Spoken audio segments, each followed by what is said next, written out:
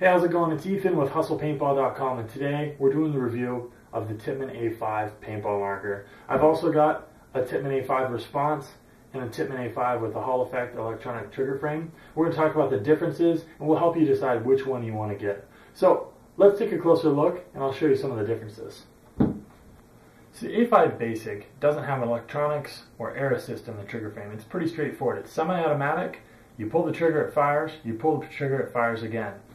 The difference between the basic and the response trigger version is more clearly explained in another one of our videos, which is called What is a Response Trigger?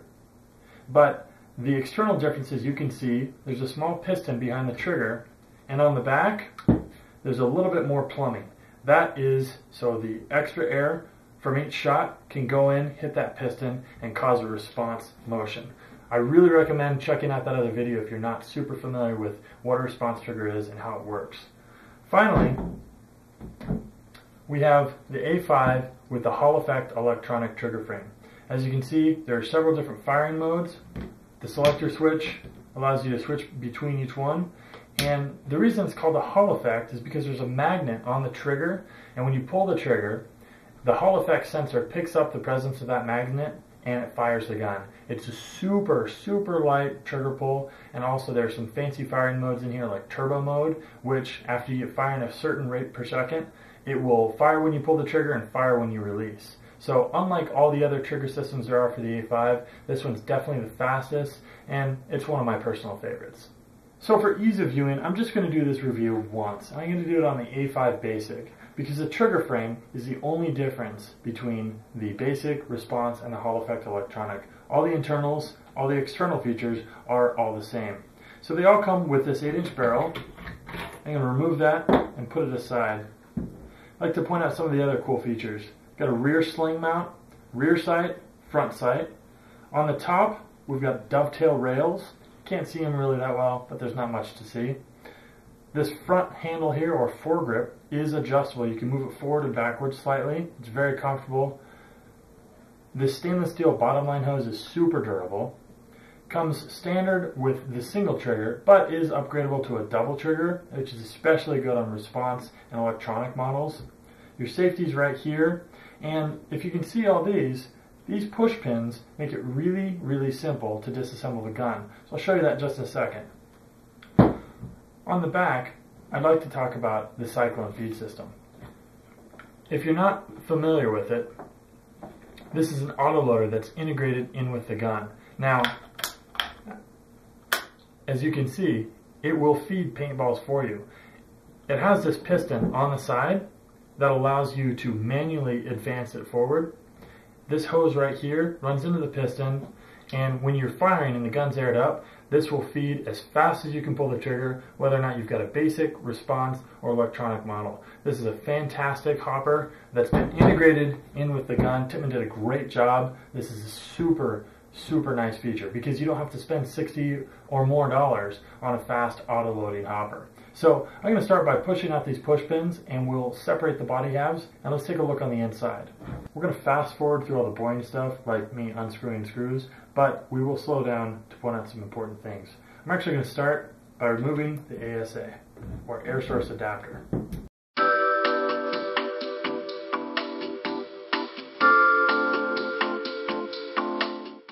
Once that's removed, you can unscrew it from the vertical adapter.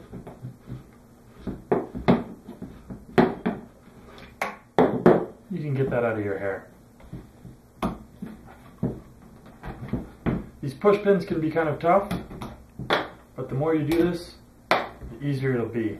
Once those two are removed, you can pull off the trigger frame. Now before you pull off this last push pin, make sure that you're covering the back plate. This main spring in there is under some pressure, and the back plate has a tendency to fly out. Here's your main spring.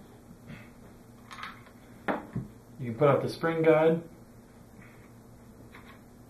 Everything else is linked together. Now, let's go ahead and remove the rest of these bolts and separate the body halves. There's also another push pin and a larger bolt that I'm going to have to disassemble. So let's get started.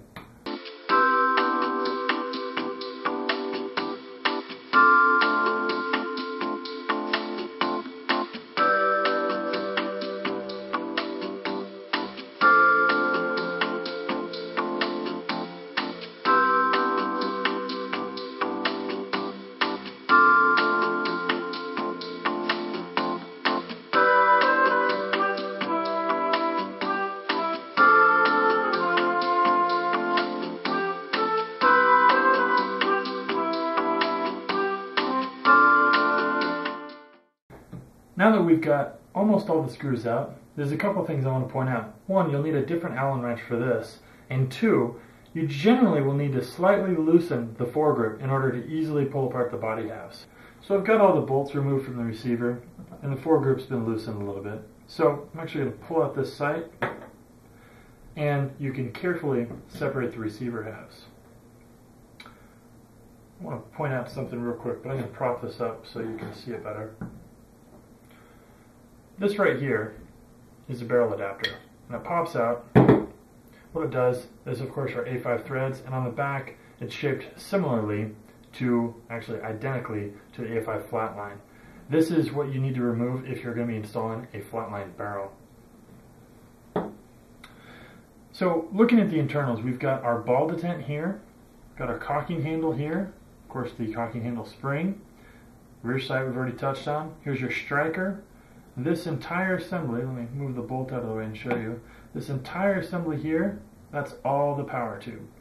This is your vertical adapter or tombstone adapter, and that pretty much covers the important pieces.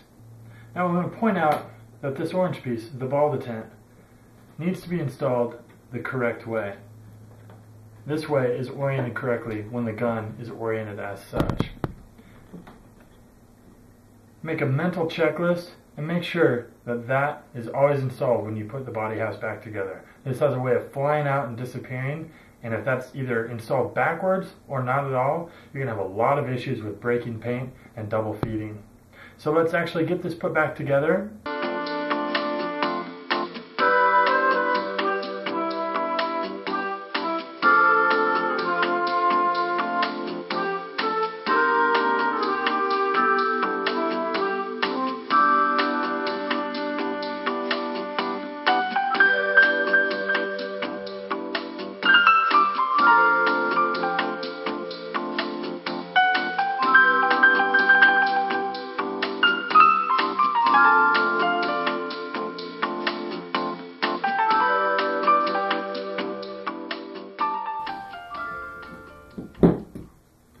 So we've got all the receiver bolts put back in, the push pins, the bottom line's reattached. It's pretty simple reinstallation, just the opposite of when you took it apart. So I've showed you all the major features, we've gone through the internals, I've pointed out and named all the parts. Now what I want to do is briefly look at the response and the HE E-grip versions. However, I do want to say again that if you want a real in-depth explanation of the response trigger, we've got a video specifically for that. It doesn't matter if you've got a Tippmann 98, an X7, or an A5, the response trigger all works the same. So we're just going to look at this briefly, as well as the HE grip. So let's get some air in here and show you how they work. So I'm going to show you real briefly what each one of these guns looks and sounds like when you're firing it. This is the A5 Basic. It's a semi-automatic trigger frame again. You pull the trigger, fires once. Pretty straightforward. You can get higher rates of fire than that, but you do have to practice with your trigger finger. Now here's the A5 response. As you can see, the harder I push down on the trigger, the faster it goes. So it is adjustable. You can do burst or simulated full auto. And here's the A5 Hall effect on one of the fastest full auto modes. Pretty quick, pretty fast, really easy. So I've showed you the differences between the three. We've opened them up, we've looked at the internals, we've talked about the features of them. If you had any questions before this video, you should have had them answered. But in case you have questions still, or you feel like there's something I didn't cover, just go ahead and email videos@hustlepaintball.com. And if you have ideas or suggestions for other videos, you can email there as well. Remember, you can get these guns and anything else you need at hustlepaintball.com. Thanks again for watching, and we'll see you again.